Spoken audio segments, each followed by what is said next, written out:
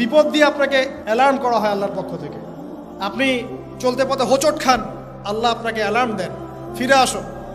চলছেন বিপথে, আল্লাহ পাক অ্যালার্ম দেন, ফিরে আসো। আল্লাহ পাকের পক্ষ থেকে কিন্তু এগুলো আসে। আল্লাহ পাক আদম এবং হাওয়া আলাইহিস সালাম এবং আদম সন্তান সবাইকেই সৃষ্টি করেছেন। উদ্দেশ্য হচ্ছে আল্লাহ পাক আমাদেরকে জান্নাত দিতে চান। আল্লাহ পাক চান যে আমরা যেন জান্নাতে যাই। যদি আমরা জান্নাতে যেতে না পারি পরকালে, একটা কারণে যেতে পারবো না, অনলি একটা কারণ, সেটা হলো আমাদের নিজের দোষে। একটা কারণ, যারা জাহান্নামে যাবে মানুষ এবং জিনদের মধ্যে, নিঃসন্দেহে মহাবিশ্বে তারা ছাড়া জাহান্নামে যাওয়ার উপযুক্ত কেউ ছিল না। ও জাহান্নামে যাওয়ার উপযুক্ত ছিল বলেই আল্লাহ পাক তাকে জাহান্নামে পাঠাবেন। আর যারাই জান্নাতে যাবে প্রত্যেকেই শুধু আমলের বদৌলতে যাবে না, বরং আল্লাহ পাকের রহমতেই যাবে। কেউই তার আমল দিয়ে জান্নাতে যেতে পারবে না।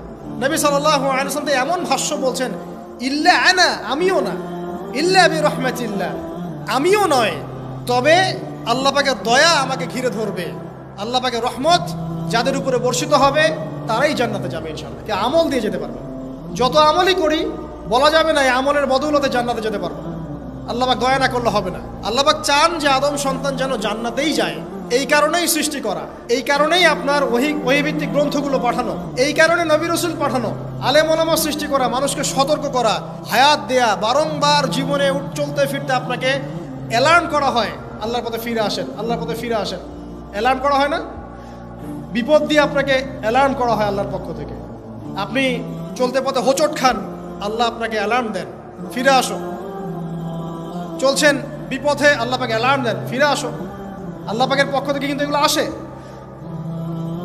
অদ্ভুত একটা হাদিস বললাম, অদ্ভুত বলতে বলছি অ্যামেজিং হাদিস, যে একজন সাহাবী বলছেন, সালমান রাদিয়াল্লাহু আনহু, তিনি বলছেন যে যখন মুমিনের উপর বিপদ আপদ বালা মুসিবত আসে, তখন মুমিনের এই বিপদ আপদ বালা মুসিবত রোগ শোকের বদৌলতে আল্লাহ পাক তার গুনাহগুলোকে মাফ করে দেন এবং তার মর্যাদাকে বাড়িয়ে দেন, এবং সে আল্লাহর দিকে ফিরে আসার অনুশোচনা করার সুযোগ পায়।